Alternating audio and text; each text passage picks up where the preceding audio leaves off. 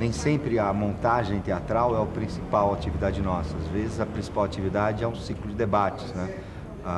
Como o Odisseia do Teatro Brasileiro, como Agora Livre, dramaturgias, como vários outros ciclos, né, que a gente tem feito e que tem resultado publicações interessantes, que tem resultado debates muito interessantes, que eu acho que de alguma forma contribuem aí para a construção de um pensamento teatral. A área de formação que trabalha com temas voltados para a investigação teatral mais propriamente dita e para essa relação do ser humano com a metrópole do século XXI, que é um pouco o tema geral que a gente investiga. De uma certa maneira, a gente é de uma geração que viu teatros muito com pouco público, né? Nessa época, a gente ia ver teatro, a gente encontrava as mesmas pessoas. Era uma época também de muito meta-teatro, né? Tinha muita pesquisa voltada para o próprio teatro e de linguagens. Eu acho que teve sim um movimento, cadê o público? Para quem que a gente está falando? Com quem a gente está falando? Interessa o que a gente está falando? Então, eu acho que intuitivamente, não foi pensado, mas intuitivamente a gente trouxe esse público para dentro da cena para voltar um pouco à ideia de ágora, sabe? De arena de discussão, e aí, vamos conversar junto, já que o palco italiano, acho que em algum momento, distanciou muito as pesquisas teatrais do público, né? Então, acho que intuitivamente também a gente puxou de novo esse público para dentro.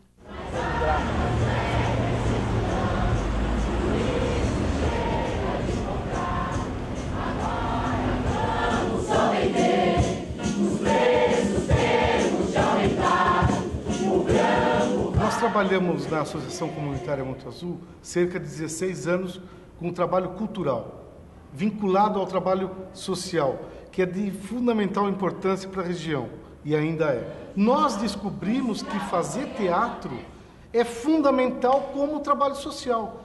E o trabalho de teatro não é social, ele também desenvolve o ser humano por aquilo que deve ser o mais importante, que é a forma de pensar, a forma de atuar, de reconhecer e se reconhecer no mundo. Essa decisão foi a criação da Paideia.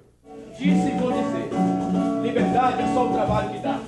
E o trabalho só é livre quando se é dono dele, fazendo ele para nós.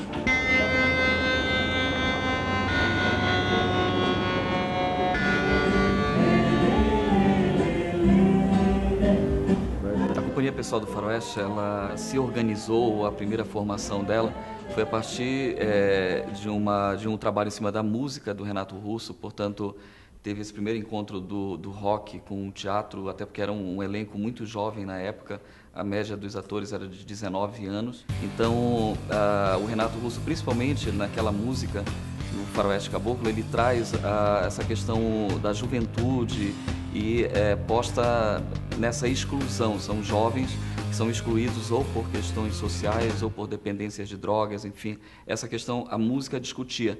Então a gente achou que seria muito bacana falar disso e sem querer, sem ser o objetivo de trazer a questão social e política e sexual desses jovens, era um depoimento da nossa própria geração. E isso acabou definindo a companhia nesse interesse, esse foco em discutir questões sociopolíticas do Brasil, principalmente a formação histórica. A companhia com 4 anos, depois de uma parceria muito bem realizada com o que é hoje o Instituto Cultural Capô Bianco, a gente ocupou aquele espaço ali por 2 anos e a gente teve o contato com os cortiços no centro de São Paulo. E graças ao edital da Lei de Fomento ao Teatro, que a gente foi agraciado com o primeiro edital, a gente pôde viabilizar a pesquisa, ou seja, a gente pôde se dedicar ao estudo, a exercícios, por conta de todo o patrocínio que o projeto tem. Eu encontrei os cortiços porque tudo ali no entorno era um cortiço, mas era um cortiço, de certa forma, organizado. Não era como aqui, os que a gente encontra até hoje ainda em Campos Elíseos. E, apesar da história se passar lá, ela já foi escolhida aqui, o Campos Elíseos era esse o endereço, o casarão era esse, por conta da monstruosidade que era esse cortiço aqui na Cleveland com a Notman, né? Que ele foi um cortiço, aqui era o QG, digamos assim, do que era a Cracolândia. Essas pessoas cobravam pedágio para passar embaixo da ponte do trem, era um quartel mesmo aqui. E eu achei isso muito interessante do ponto de vista do absurdo, do que o real da vida a gente não consegue no teatro nunca superar. Porque era uma fotografia, um cenário tão estranho nessa cidade, E a gente começou a pesquisar, mas aqui o endereço, vivendo lá, porque lá não tinha esse cortiço. Exatamente, eram famílias, eram pessoas muito pobres, mas você não via o foco da droga ali, você não via o foco da prostituição, você não via o roubo, né, quadrilhas organizadas, como, no caso, esse cortiço, ele era esse raio-x. Então, a partir desse primeiro encontro sobre o cortiço, foi que eu comecei a pensar, mas como é que isso era na década de 20? Quando eu assisti o primeiro espetáculo dirigido pelo Paulo, eu fiquei apaixonada pelo texto, pelo grupo, pela linguagem, por tudo. E eu mandei recado para o Paulo, dizendo, olha, pelos amigos, fala para o Paulo que eu adorei o espetáculo, que eu acho que eu posso fazer alguma coisa dentro desse grupo. E essa oportunidade surgiu, e eu participo do projeto do Labirinto Reencarnado, e eu estou muito feliz, porque eu consegui realizar o sonho de estar aqui, nesse grupo. Moradores de um cortiço aqui, em Campos Elíseos, centro de São Paulo, mantém como refém o psicólogo da Secretaria de Segurança Pública e uma assistente. A gente trabalha sempre com um tema histórico que vem de uma outra, que vem da academia, que vem do plano da reflexão, do estudo. O Rebento já tinha um encontro, foi a partir de uma tese sobre os cortiços no centro de São Paulo, e depois na tese do Dr. Paulo Campos sobre o Preto Amaral, a Sabrina, que hoje é minha assistente, braço direito da companhia, assim, uma grande colaboradora, ela surgiu também na minha oficina de direção. Enfim, foi um encontro quase que ancestral, né, dentro do projeto que ela trouxe o labirinto agora, porque a gente se ateve à questão judaica. A gente está ao lado aqui do Bom Retiro, a gente está no limite de Campos Elíseos, onde essa história aconteceu. E a Sabrina, a família dela, morou nesse prédio, né, os avós moraram 80 anos, né, 60 anos ao menos. Construíram esse prédio de 1945. Na verdade, eu tenho uma história com essa rua, porque grande parte da minha infância foi aqui. Meus avós moravam aqui, então eu cresci nesse ambiente. E a minha família é de origem judaica. E quando eu conheci o trabalho do Paulo, eu comecei a entrar nesse entendimento de São Paulo e do que, na verdade, acontecia aqui na cidade quando os meus avós vieram da Europa. E aí eu tive a oportunidade de participar dessa pesquisa. Eu conheci o trabalho da companhia na segunda peça da trilogia, e eu acho que esse trabalho, que é um trabalho engajado, é um trabalho muito interessante, que a gente está tendo a oportunidade de viver. O senhor emprestou o seu sêmen para uma experiência eugenista. E graças a Cristo, o Senhor estava certo. Falar sobre essas questões étnicas, políticas, assim, principalmente sobre a questão do negro no Brasil, que é o grande fio condutor de toda essa trama, que é a eugenia, né, que foi uma forma de pensar o negro escravo, que foi uma forma de pensar o negro fora da cidade, e como a gente inclui essa questão hoje de sermos 50% da etnia negra, ou culturalmente, como é que a gente define isso? Será que é na pele? Será que é na história? Então, faz parte, acho que, do fazer teatral, esse olhar para dentro do ser humano, e a gente olha isso de uma forma radical para dentro desse ser humano hoje em São Paulo. Então, todo esse diálogo, essa coisa que é muito extensa, né? Como é que a gente traduz isso para um espetáculo? O Paulo me viu numa peça e me chamou assim, meio no susto, para fazer uma substituição em Os Crimes de Preto Amaral, e houve uma identificação muito grande em relação, principalmente às questões políticas, que eu acho que os trabalhos dele têm bastante, e como essas questões são abordadas dentro do espetáculo, que nunca é de uma maneira panfletária ou nunca é uma apologia, é sempre uma tradução política para a arte. Eu vim, pelo que eu li nos jornais, sobre o corpo de um menino encontrado na estrada de São Miguel. Preto Amaral não foi julgado, ele até hoje é o primeiro serial killer, tá lá o busto dele no Museu do Crime como tal, e é inconstitucional, uma pessoa não pode ser condenada sem um julgamento. Então, isso no Preto Amaral era muito claro, então a gente não poderia dizer que ele não cometeu aqueles crimes, porque ele também não foi, então seria também da nossa parte leviano, porque seria transformar um possível criminoso em uma vítima. E a gente não quer, porque as pessoas morreram, não há como isso ser, né, revisto, mas é de entender o direito que ele tinha à defesa. O Ícaro, no Labirinto, ele da gente não tem nenhum julgamento sobre essa questão né, dele, se ele é culpado ou não, por que ele deixou de ser judeu e se converteu cristão. A gente teve um filho de um nazista que fez a nossa oficina aqui do ABC, um neonazista, ele chegou a conviver com a gente um período e acolhemos ele e tentamos entender o seu ponto de vista. Assim como temos a Sabrina, que é judia, assim como tivemos outras pessoas da cultura judaica que vieram aqui conversar com a gente. E então a gente tentou se cercar para não transformar nem ele num herói, e nem tampouco num vilão, o Ícaro, que é esse jovem que é ligado à juventude hitlerista, que foram 10 mil no Brasil na década de 30. Então, assim, a gente queria trazer sem culpa para poder olhar para isso e buscar alguma identificação. Até sentido, eu não tenho como julgar, dizer, ele é terrível porque ele abandonou a sua cultura judaica e se tornou cristão novo para fugir de uma guerra, e pior ainda, lutar, né, como integrante ali a favor do nazismo. Então, de tentar entender como é que foi a formação dele, como é que foi o pai dele, em que região ele se criou, porque com isso a gente também consegue entender esse menino que é pego na rua assaltando e cheirando cola e fumando crack, e tentar entender de onde ele veio. E o Labirinto representou exatamente isso. Eu vivi desde o começo do processo e junto com o grupo a construção de um trabalho que se apoia em fatos históricos, mas se utiliza deles para criar artisticamente um plano de ilusão, onde você, espectador, embarca, e nesse embarque você questiona todas os assuntos políticos e sociais que a peça trata. Então, esse processo todo do Labirinto Reencarnado, ele foi desde o germe, desde a produção do primeiro projeto dele até a realização final, um processo em que todos nós do grupo vivemos intensamente todas as etapas dele, tendo a oportunidade de um espaço físico concreto para poder exercitar isso diariamente, tendo a liberdade de interferir nesse espaço conforme a nossa criatividade pedia. Quando a gente ganhou o Preto Amaral, coincidentemente ele estava restaurado e já era um museu, então foi um espanto, por isso que eu estava entrando num cenário. Eu vim para ver o Cortiço e chego e encontro o Casarão. Só que por ser um museu, ele tem uma agenda de um museu, seria um pouco incompatível com o nosso processo.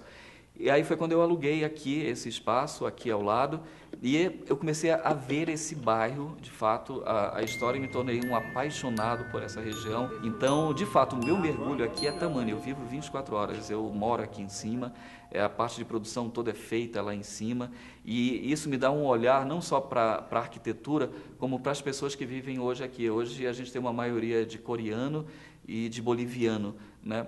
E é uma situação interessante, porque alguns são explorados mesmo, é um mercado escravo. As pessoas são trancadas e costuram muito, 12 horas no dia. Então, essa, por exemplo, é uma coisa que a gente não tocou ainda, mas com certeza será pauta em algum momento para a gente olhar, porque existe hoje essa questão social de exploração nesse bairro. Graças a Deus, estúpido eu ainda não sou. A cabeça está no lugar. Então, o Ágora surge em 99. Tanto eu apresentei um projeto para um edital e o Laje apresentou esse projeto para o edital, e nós dois perdemos, que era de ocupação do Kuznets na época, né, Laje? E então nós resolvemos juntar esses projetos. O que a gente estava querendo pensar, a gente já tinha trabalhado junto algumas vezes, com muito prazer, né? E muito sucesso também do ponto de vista artístico. E aí nós formulamos um projeto comum, que era já o Ágora, né? Que era um pouco o início disso tudo. Um centro de estudos de teatro, né? De um centro que a gente pudesse investigar a arte teatral e principalmente a arte teatral dentro de uma metrópole como São Paulo. Nós começamos a procurar um espaço que a gente pudesse ocupar. E aí surge um acaso que foi o meu encontro com uma proprietária do antigo Teatro do Bexiga, hoje Ágora, que a gente ocupa. E por uma coincidência, a Arlete, a proprietária, eu encontrei com ela e ela me informou que ela estava desmanchando o teatro para alugar para uma estamparia. E aí eu falei, não, peraí, Celso, peraí, Arlete, vamos lá. Conversei com o Celso e nós resolvemos fazer dessa empreitada um pouco maior, e em vez de alugar um espaço onde a gente pudesse estudar, alugássemos um teatro, né? E isso foi fundamental também na organização do projeto que a gente acabou desenvolvendo como ponto de partida aqui. Eu desejo reconciliar-me com a paz da sua amizade, pois para mim, ter um inimigo é a morte. De alguma forma, o Ágora acabou sendo um laboratório informal para a política pública, uma vez que, quando eu me desliguei do Ágora e fui para a Secretaria Municipal de Cultura, era esse arcabouço teórico e de pensamento construído aqui através desses debates, através dessa prática, que acabou indo para lá. Teve duas fases, né? Nossa vinda aqui até a Secretaria e depois da Secretaria.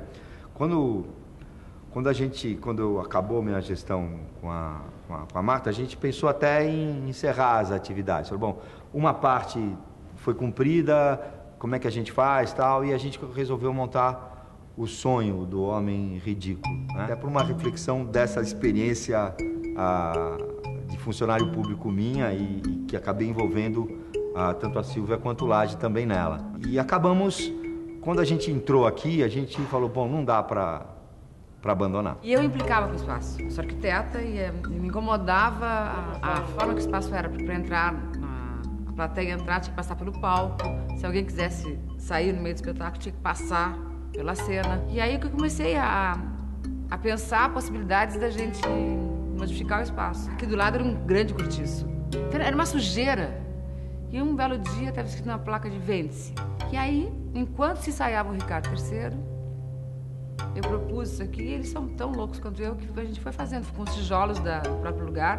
E a ideia era realmente fazer só a sala que eu chamo de Anne Rato. E o dinheiro foi acabando, a gente fez essa entrada aqui para poder ter acesso, e sobrou aquele espaço, daí o Celso dizia que aquele espaço podia ser feito. A gente acabou fazendo mais a Edith Siqueira. Quando a gente fez a reforma aqui do espaço, nós conseguimos transformá-lo ainda menos comercial, porque eram 90 e poucos lugares, ficaram 88. Agora, o palco triplicou de tamanho.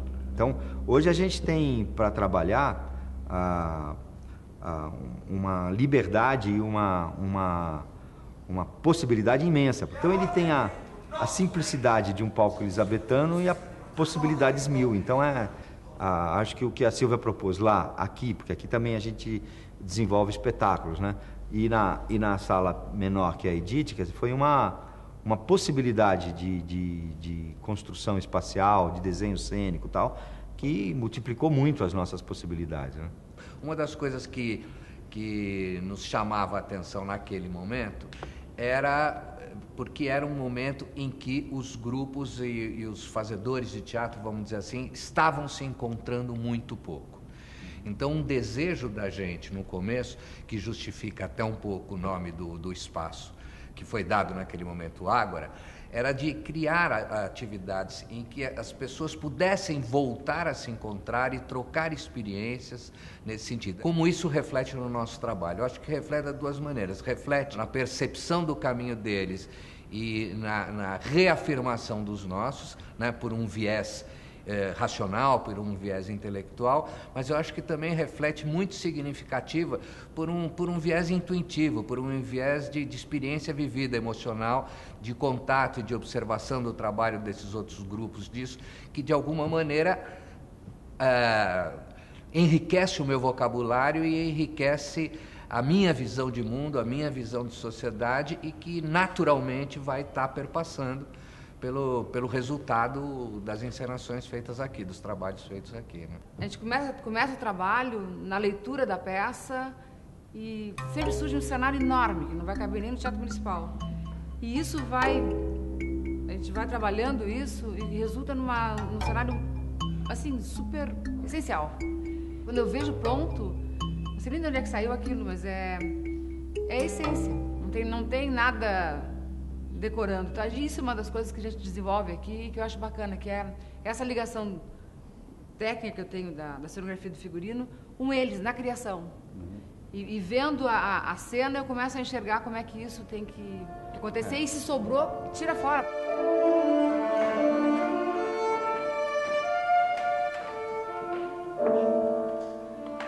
A gente é guiado, do ponto de vista estético, por esse conceito que a gente herdou pegou do Brecht, né, da menor grandeza, que é aquilo que você vai...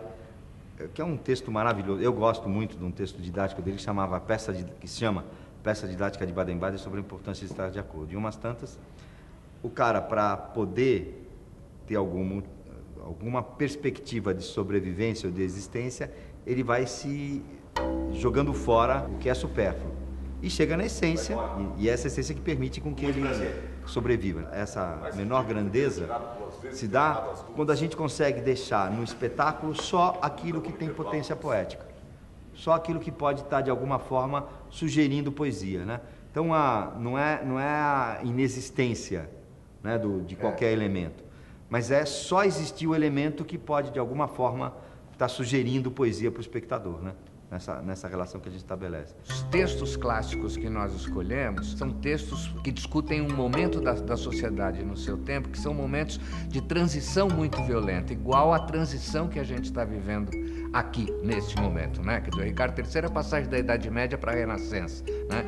Então, são momentos de transformação da sociedade bastante significativos, né? E eu acho também que a maneira melhor de nós tentarmos entender o homem do momento em que vivemos é podemos nos afastar na história, né?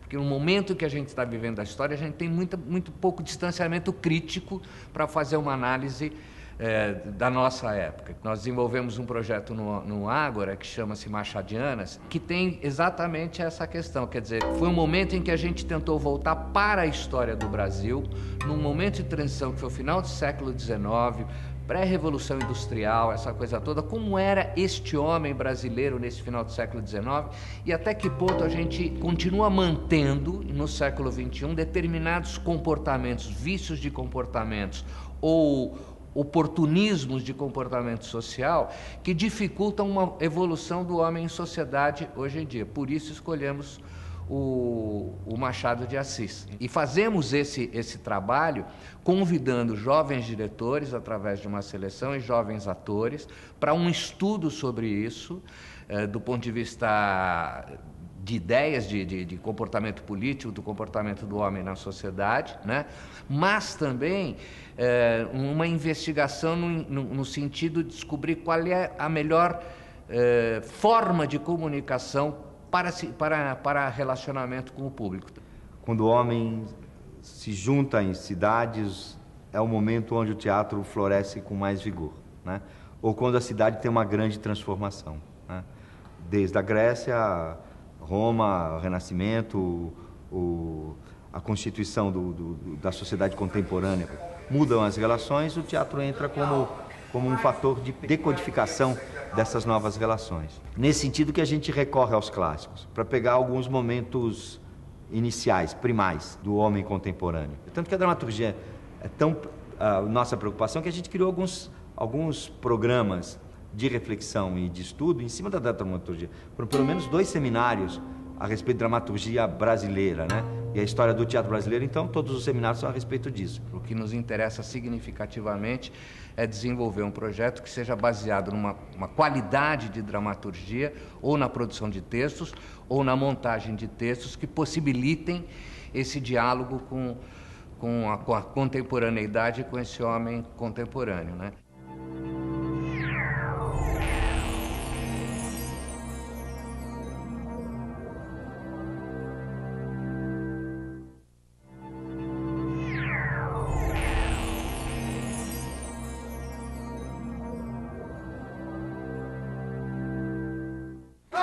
Você acha que a fama e a glória chegam assim de repente, da noite para o dia? A paideia é um termo grego. Tudo que o homem cria, tudo que sai do homem é a paideia para o grego. E aqui na paideia, o teatro é essencialmente o homem, a arte do homem. E o teatro é isso. Então, daí o nome, paideia, com esse foco de descobrir todas as possibilidades de manifestação. Sua cultura, sua religião, sua comida, seu vestuário, isso é a ideia do grego. E para a gente é o teatro. Foi muito importante para mim, né? Eu não estava mais fazendo teatro, eu estava fazendo bastante cinema, e quando um belo dia o Amaury liga me convidando a participar da Paideia. O fato de eu estar lá, receber esse convite, aceitar e vir trabalhar na Paideia, eu sinto realmente que tenho a certeza que estou cumprindo um papel dentro da minha escolha de vida, opção de vida. Então, por isso que eu coloco assim, sem o menor receio de dizer que é um ciclo que está sendo completado. Eu trabalho com jovens, atuo e ainda ganho muitos presentes de grandes papéis que eu estou fazendo aqui na Paideia. Mas enfim, eu estou aqui praticamente disposta e determinada a me tornar a princesa Ananás. Apesar do nome frutífero. Quando a gente saiu do Monte Azul, a gente não tinha nenhum lugar para ir, né? E a gente estava com várias pessoas, acho que umas 7 pessoas, querendo continuar fazendo o trabalho de teatro. Na época a gente foi acolhido pelo Centro de Artes, que são artistas aqui da Zona Sul, que não existe hoje mais. A gente ficou 1 ano lá com eles, sem pagar aluguel, onde a gente começou a reestruturar o trabalho da Paideia. Esse trabalho acabou e a gente estava de novo sem lugar. A gente, quer dizer, foi atrás e conseguiu uma casa para ser o nosso lugar de ensaio, de trabalho. E lá a gente trabalhou durante 1 ano, mais ou menos, também. E, de repente, a gente tinha que sair de novo.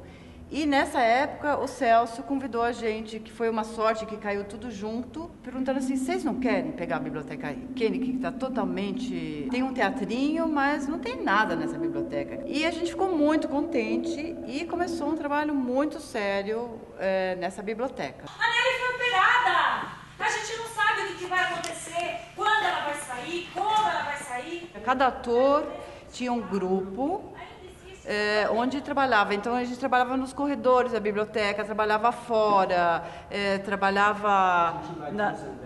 invadia os andares, os saguões antes de entrar no... Então a gente fazia e estava super apertado, mas o trabalho a gente conseguia fazer um trabalho muito legal lá. E de repente a gente foi convidado a sair de lá. Ainda assim, eu vou sair pelo mundo como um cavaleiro andante e vou desafiá-la a uma luta e uma outra luta até vencer. Então, eu conheci a Glória, o Amauri, o Flávio lá na Monte Azul. E aí eu me envolvi com um projeto lá, gostava muito e para mim foi muito importante participar desse processo de educação, tal, com a filosofia que a Monte Azul desenvolve, né? Quando a Amauri e a Glória estava para fundar a Paideia, eu também vim com eles e fiz parte desde o início da Paideia, que para mim é um lugar que me dá muito prazer, que eu me sinto realizado, que encontro pessoas e tenho amigos de verdade, a gente vive como uma família. E estou envolvido completamente aqui no projeto. Ai, graças a Deus, seu Quixote! Aquilo não é gigante não, homem! É moinho de vento! Eu entrei aqui na Paideia a convite da Glória e do Mauri, que eu já conhecia de outros trabalhos, de outras organizações que eles participavam, que era a Monte Azul, né? Que eles fundaram a Monte Azul. E aí eu vim pra cá em 2002 para fazer uma substituição no elenco. E aí eu entrei pra companhia nessa época e eu entendi qual que era a proposta da Paideia, pesquisa para infância, juventude, né? E isso foi num outro espaço, não nesse espaço maravilhoso que a gente está aqui hoje, que é um espaço que a gente tem vontade de estar continuando, né? De estar prosseguindo aqui nessa caminhada, de continuar nesse espaço. Então foi numa biblioteca, isso em 2002. Então a partir desde essa época eu tô aqui. Meu escudeiro, companheiro, servente, testemunha de feitos imortais. Então a Zona Sul inteira a gente andava e procurava fábricas velhas, lugares abandonados, para ver se a gente conseguisse um lugar que alugasse ou qualquer coisa para poder fazer o trabalho da Paideia. E, por sorte, a Mauri descobriu esse espaço, que era um espaço lixão total, onde não acontecia nada, só tinha algumas ambulâncias quebradas e poucas pessoas, e era um lugar totalmente detonado aqui. O lugar já tinha uma história em si, porque ele se chamava Pátio dos Coletores de Lixo, então primeiro era pátio de coletores, depois ficou lixo, quer dizer, um processo, né? E tanto que aí a gente teve a ideia de fazer Pátio dos Coletores de Cultura, porque é exatamente esse processo que a gente quer fazer e que a gente faz, que eu acho que representa muito a Paideia. Quando foi descoberto isso, o Mauri foi para a subprefeitura e como eles gostavam do trabalho aqui da gente de Santo Amaro, da Zona Sul já há muitos anos, eles aceitaram a proposta do Mauri, porque ele falou assim, bem, posso pegar esse espaço? A gente vai dar um jeito, a gente vai fazer aqui um trabalho cultural. Vamos fazer de novo a passagem, gente. Cuidado que atropelou o começo aqui, pelo amor de Deus. Vômito não funciona. Texto tem que ser claro. Vamos fazer tiro de novo, vai. Então aí o processo foi de entrar, primeiro mergulhar dentro disso, ver o que era aproveitável, o que não. A maioria é o mestre do reaproveitamento, tem um olho. Então, por exemplo, o piso do teatro era um piso que estava aqui abandonado, quer dizer, eram madeiras que estavam abandonadas. Fizemos mutirões assim de dia, de noite, com pais, com alunos, tirando o lixo dos lugares. Em 3, 4, 5 meses, campanhas, a gente fez campanhas enormes pedindo para os pais dos alunos, então um era vidraceiro, outro era marceneiro, outro era não sei o quê. Campanhas fora de amigos que acompanham o trabalho já há muitos anos, a gente da Alemanha, que começaram a ajudar. Todas essas cadeiras que vocês veem aqui, todas as mesas que vocês veem, todas as portas que vocês veem, foram coisas que as pessoas ajudaram. Você não é a mãe dele. Ah, mas enquanto ela não vê, se mete nas coisas dela. Tem uma coisa muito maravilhosa nesse trabalho com a Mauri, que ele puxava muito, que era o compromisso. E era uma coisa muito grande, porque não era um compromisso com a Paideia ou com ele, era uma coisa muito enorme, com todo mundo que estava ali. Eu tinha que ter compromisso com o meu colega, comigo mesma. Eu vi que eu tinha muito que aprender ali. Por isso eu tô aqui até hoje, sempre aprendo. Quando a Paideia começou, eu estava morando na Suíça, eu morei lá 5 anos. Tinha alguma coisa que não me satisfazia. Quando eu cheguei, quando eu comecei a me envolver com a Paideia, eu entendi por que eu tinha voltado. E eu mesma fui falar com a Mauri, e eu falei que eu queria me envolver de verdade nisso tudo, que você tá sempre construindo, você tá sempre ampliando, e essa inquietude de se olhar para o lado e ter coisa para você fazer, e sempre ser útil, ser de verdade, aquilo que você está fazendo serve para alguma coisa, te serve de alimento também, e depois você coloca isso no mundo de novo, e aí o mundo te traz mais coisas. Tem gosto de camelo, quer dizer, caramelo. Isso aqui é uma forma pequena de realização de uma parte de um grande sonho. Acho que um espaço como esse existe na cidade de São Paulo dezenas, por que não dizer centenas. Nesse sentido é uma chegada de você recuperar um lugar que era um pátio de coletores de lixo para um pátio de coletores de cultura. De verdade cheguei num sonho. E em Santo Amaro nós tivemos essa felicidade da subprefeitura nos oferecer essa possibilidade de ocupação disso aqui. Por isso é o maior desafio de fazer desse espaço uma referência concreta de que é possível se fazer cultura a partir de um espaço como esse, numa cidade como essa. E aí eu queria destacar também que uma lei que tem nessa cidade que chama Lei do Fomento, que essa lei mudou a cara do teatro dessa cidade. E a Paideia é parte dessa mudança. Nos ofereceu condição efetiva de ter um grupo, de ter uma companhia e de verdade atuar na sua comunidade. Tinha feito uma oficina de dramaturgia com contos do Monteiro Lobato.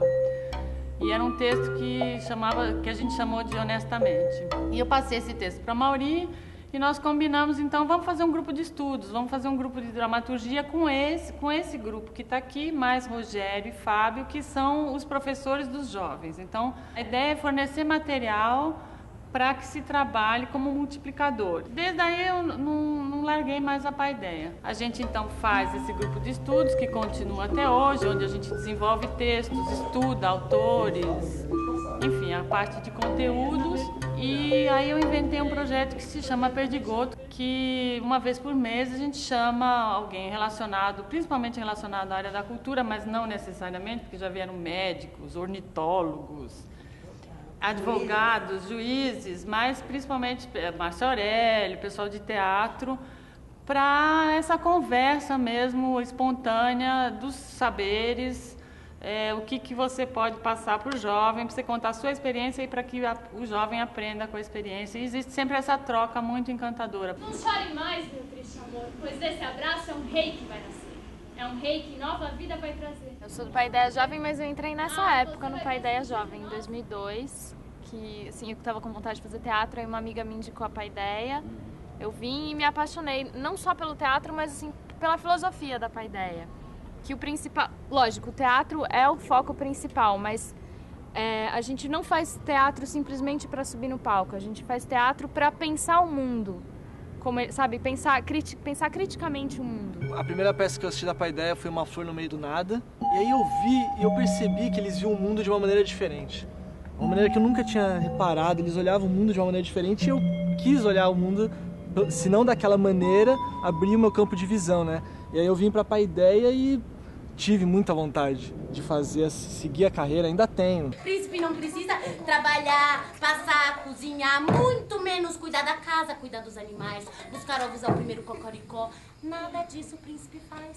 As coisas como acontecem aqui eu não vejo em lugar algum. Eu acho que se elas fossem multiplicadas, o país estaria muito melhor, porque você vê os jovens, que estão aí há 6 anos, 7 anos, eles estão inseridos, eles estão se colocando, eles estão se superando a cada dia. Queremos paz, prosperidade, chega de raiva e de maldade.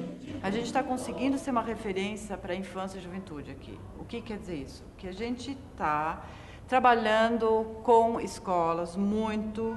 Então as crianças vêm, cada ator da gente faz um trabalho, por exemplo, com essa escola pública aqui da frente. A gente faz um trabalho contínuo toda semana com essas crianças.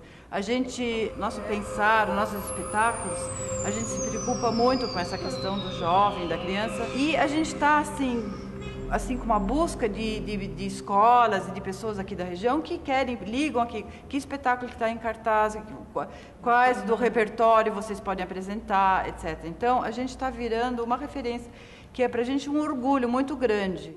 Tu podia posar para um retrato de casamento comigo per una prima Andiamo, bella. Não posso. Non pode perché? Porque eu já sou comprometida. Ma comprometida com quem, Carmela? Com ele, todo mundo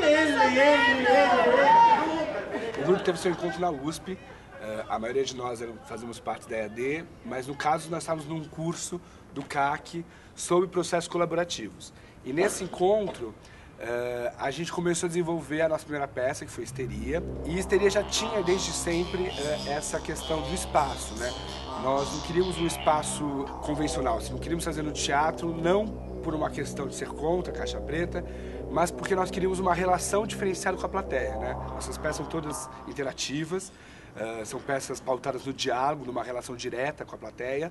E nós acreditávamos que isso fora do teatro poderia acontecer de uma maneira mais orgânica, mais tranquila. Então, desde Histeria, nós já começamos a lidar com espaços históricos, né? Fizemos na FAU Maranhão, depois fizemos no Sítio Morrinhos e viajando pelo Brasil em diversas casas antigas. Quando veio a segunda peça, eu acho que de uma maneira muito natural, surgiu como tema da própria peça a casa. E aí, estudando esse processo de habitação, como é que isso se deu no Brasil, em São Paulo, a gente chegou nas vilas operárias. E aí viemos fazer uma visita normal, uma visita um pouco de campo, na vila. E ao chegarmos aqui, a gente percebeu o potencial que seria trazer o processo criativo para cá. Com a chegada deles aqui, revolucionou para nós aqui, porque deu uma visibilidade para a Vila Maria Zélia que até então não tinha. A integração dos meninos do teatro com a vila foi formidável. Eu costumo dizer assim para as visitas que vêm aqui do grupo de teatro, são os filhos que vieram para mim e eu os adotei. E eu tenho de coração como filhos. Eu sou zelador voluntário para eles, ajudo no que eu posso, o que me cabe fazer, de bom grado, e é tudo voluntário, porque enquanto eu viver não tenho como pagar o que eles fizeram, a visibilidade que eles deram para minha vida. Que santo é aquele que vem no andor? Que santo é aquele que vem no andor? É São Benedito com seu esplendor. Vamos, meu povo, Trazer a peça para cá, o processo para cá, significava não só revelar esse espaço para a cidade de São Paulo, mas também colocar esse espaço como uma questão para a cidade de São Paulo. Então a gente percebia aí uma função ao mesmo tempo artística para nós, mas também uma atitude política do grupo de colocar esse espaço em evidência. E hoje, passados 4 anos, a gente percebe o quanto que isso de fato fez sentido, assim, como aquela intuição se revelou, apesar de toda a complexidade, tudo que envolve essa questão, se revelou positivo, acho que para o grupo e para a vila, né? Eu, como moradora antiga, como uma das frequentadoras aqui da capela, eu tenho a chave. Então foi autorizado pelo pároco que a capela fosse aberta nesse horário da apresentação dessa peça, né? Que o começo dela é saindo da capela. Então eu venho aqui com com todo prazer, uns 15 minutinhos antes, espero eles saírem, fecho a capela e pronto. A rua aqui é uma extensão da casa. E então a gente chegando nessas ruas e chegando nesses lugares abandonados, a gente de uma certa maneira entrou nessas casas, né? Entrou no imaginário dessas pessoas. As palavras na verdade não dão conta, né, do que é uma relação de inserção numa comunidade. É muito mais complexo do que fazer teatro, fazer uma oficina para uma comunidade. Eu acho que o grupo hoje em dia está no imaginário dessa comunidade como a memória. Esses moradores, eles deram pra gente narrativas inteiras de vidas deles e que isso se transformou em material artístico. Então, encontrar com essas pessoas na rua e ter essa troca é uma maneira da gente se reativar e também fazer valer na voz desses personagens a voz dessas pessoas. Eu acho que a habitação de um outro lugar que não seja o edifício teatral é, sobretudo, uma pesquisa de linguagem, né? A gente se encontra com uma outra forma de habitar, a gente se encontra com outra forma de produzir teatro e, a partir daí, todas as relações que são produzidas dentro e em torno do grupo passam a ser contaminadas por essa relação aonde estamos inseridos, né? Vir para a Vila Maria Zélia, especificamente para a gente, foi muito transformador, porque hoje percebemos que, de fato, todo o trabalho do grupo e os desdobramentos dele, que são a relação direta com a comunidade, a produção de outros espetáculos e projetos que fazem parte da pesquisa da companhia com outros núcleos, com outros artistas, também estão calcadas e passam a produzir arte dialogando com isso. Ou seja, uma forma também de resistência, no nosso ponto de vista, de não produção de algo que está de acordo com o mercado ou que reproduz um sistema do teatro mercadológico, mas, ao contrário, que traz uma outra forma de fazer teatro, uma linguagem que é calcada num princípio de comunhão, de comunidade, né? Os diálogos que eram produzidos nos ensaios nas ruas eram reorganizados pela interferência de moradores, que eram filhos de imigrantes e traziam contribuições. Coisas doadas pelas pessoas passaram a fazer parte do trabalho artístico e entraram na cenografia e nos figurinos. Dá licença, viu? Guarda, Camila, agora acima ficou a imagem da fartura.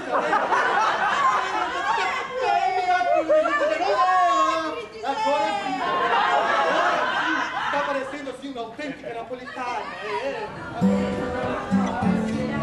Na verdade, já existia uma preocupação da comunidade em dar conta um pouco dessa história da vila, da recuperação desses espaços, da revitalização desses espaços, e nós tínhamos esse projeto, esse trabalho que caminhava muito miúdo. A nossa parceria com o 19 não poderia ser melhor, porque é uma parceria do diálogo, uma parceria que a gente tem facilidade de contato, de discutir, de resolver as questões, de dividir espaço, de dividir propostas, de um estar amparando o outro. A própria construção da higiene que foi feita dentro da vila, muitas pessoas, nós principalmente da associação, participamos das oficinas, participamos das construções, da construção dos personagens.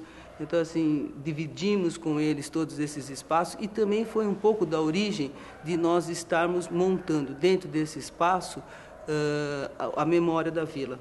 Porque foi a partir daí que as pessoas começaram a trazer pequenos objetos, trazer fotos, trazer coisas que diziam respeito à memória e à história da vila. Olha, presta atenção. Tu pega na pontinha da saia. A pontinha se configura como essa parte aqui. Porque eu não vou explicar duas vezes. Isso. Você pega essa pontinha da saia e amarra aqui. É em mim, não é em você não. Isso mesmo. Essa parte aqui. De fato, a gente tenta estabelecer um contato real com a plateia, através de tanto perguntas e respostas, quanto esse jogo que necessita da participação da plateia, né? Então, da primeira vez foi em 2003 que a gente foi para a França, para uma experiência de 4 apresentações só. A gente teve 2 meses e meio para aprender a peça em outra língua. Foi, assim, uma atitude quase kamikaze, mas que a gente abraçou pela possibilidade de ter essa experiência. A gente fez uma temporada longa de 2 meses em várias cidades da França. A gente fez em Cabo Verde, na África, a gente fez em Londres agora recentemente, que toda a companhia foi aprender inglês, toda a companhia foi para dar, seja fazer a peça ou fazer os workshops. Então a gente percebe como esse dado da porosidade que a peça tem, que os espetáculos do grupo têm, são ricos nesse sentido dessa outra camada de dramaturgia que se constrói quando a gente vai apresentar o espetáculo. Isso seja apresentando aqui na Vila Maria Zélia, ou em Higienópolis, na Maranhão, na periferia, no outro país. A peça consegue, de alguma maneira, absorver e revelar esses dados culturais. E acho que o fato de ser em outros países dá essa novidade, que é de todo um outro imaginário cultural que existe, que a gente não dá conta. E pra gente fazer a peça é uma surpresa, porque vai se revelando coisas que a gente não tem noção, porque a gente não é daquela cultura, a gente não é daquele referencial. E religião, e sexo, e todos os temas que a gente aborda no espetáculo, né, vão revelando camadas sutis. É por eles e por nós, meu povo, é em nome desse povo tudo que eu gostaria agora aqui de dar minhas calorosas boas-vindas para essas damas maravilhosas. Eita, danado. E pros cavalheiros também, né? A ideia da interação dentro dos trabalhos do grupo é uma interação porque ela se cola à dramaturgia. Eu interajo e o que eu espero dessa resposta do público é algo que vai interferir de maneira muito concreta na história que a gente está contando. E aí isso faz toda a diferença, porque por mais que você se prepare, você não tem todas as respostas possíveis. A vida é sempre maior do que qualquer elucubração que você possa fazer. E acho que uma outra questão importante da interação, né, quando a gente pensa na ideia de interação no teatro, geralmente ela vem vinculada ou a uma ideia de eu vou me servir desse espectador, ele vai ser uma escada para eu fazer alguma coisa que eu preciso e depois eu descarto, ou é sempre numa chave expositiva, onde eu uso o espectador para que todo mundo ria, não com ele, mas geralmente dele, né? Então a gente tenta, como a ideia dessa interação é uma ideia pela dramaturgia, pela história, ela não tem essa chave. Eu realmente vou perguntar, eu vou me relacionar, porque eu preciso dele. Ele me ajuda a contar, ele conta comigo essa história. E aí com isso, todo mundo se sente parte da história, né? Acho que isso é uma coisa que é muito legal de perceber. As pessoas se sentem, elas fazem a peça, elas realizam a peça junto com a gente. Essa forma de fazer interativa, esse modo de se relacionar com a plateia, já vai também virando um modo de estudo também, já vai fazendo parte da formação também. Até porque a gente trabalha com a questão histórica muito forte e a gente nunca teve vontade de fazer nada nostálgico ou saudosista. A gente fala do passado para lidar com o presente. Então, de alguma maneira, a gente intuiu que se a gente desse voz ao público de hoje, ao público contemporâneo, esse atrito entre passado e presente é que daria esse salto da discussão. Eu sinto que a cidade está pedindo esse espaço de volta, né? Eu não sinto que somos nós, os grupos que estão indo para a cidade que está invadindo o teatro. E esse espaço começou a ser privado, privatizado, depois privado. Existe a barreira econômica, né, que proíbe as pessoas de entrarem nesses teatros. A barreira simbólica, né? Quantas pessoas você já escutam, eu não tenho roupa para ir ao teatro, né? A gente já escutou um pouco isso aqui.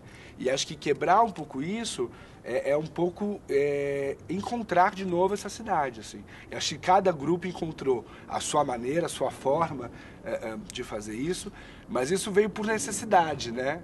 Não por uma ideia, por uma coisa que tenha começado. Outro dia saiu uma matéria dizendo que a dramaturgia burguesa estava morta, né? No jornal, e eu falei, não é a dramaturgia burguesa, é a burguesia que está morta, quer dizer, no mesmo jornal, a capa do jornal era o final, né, os Estados Unidos está todo quebrado, quer dizer, então o teatro sempre é vanguarda, né, então a gente já estava lá, quando eles estão descobrindo agora que esse sistema ia entrar em colapso, a gente já tinha abandonado esse sistema de fazer teatro, né, que reproduzia esse meio, né, então produção, o diretor como o diretor de uma empresa, os atores como funcionários de alta excelência, quer dizer, tudo isso já tinha vindo por água abaixo dentro do teatro, e agora, tardiamente, os economistas estão percebendo isso e a coisa vai girando, assim, né? Porque existe uma questão a ser discutida e o teatro talvez se coloque como esse espaço para essa discussão. É só omitir que a minha família veio para cá em 1913. O meu pai, ele nunca foi judeu. Ele nunca veio ao Brasil, ele já nasceu aqui. Esse não é o maior país cristão do mundo? Que a gente tenta buscar essa interpretação realista de um melodrama, de uma novela, mas com os seus conteúdos atualizados e com a sua estética em diálogo com a contemporaneidade, com a instalação, com a música incidental, com o vídeo, né? Então a gente tenta incluir todas essas nossas linguagens de homens vivos, né? Numa estrutura tão antiga, né? Que é essa estrutura que não tanto no Labirinto, que ele a gente dialoga um pouco com esse realismo fantástico, desestrutura o enredo, mas nas outras assim, são historinhas com início, meio e fim, porque a gente precisa contar histórias, eu acredito nisso, com início, meio e fim, para que todos entendam de uma forma simples. Então, por isso eu falo sobre o experimental é o conteúdo, é trazer para dentro dessa forma uma cara, um cidadão brasileiro, um personagem brasileiro. Nós não temos compromisso de trabalhar com esse jovem e fazer dele um ator.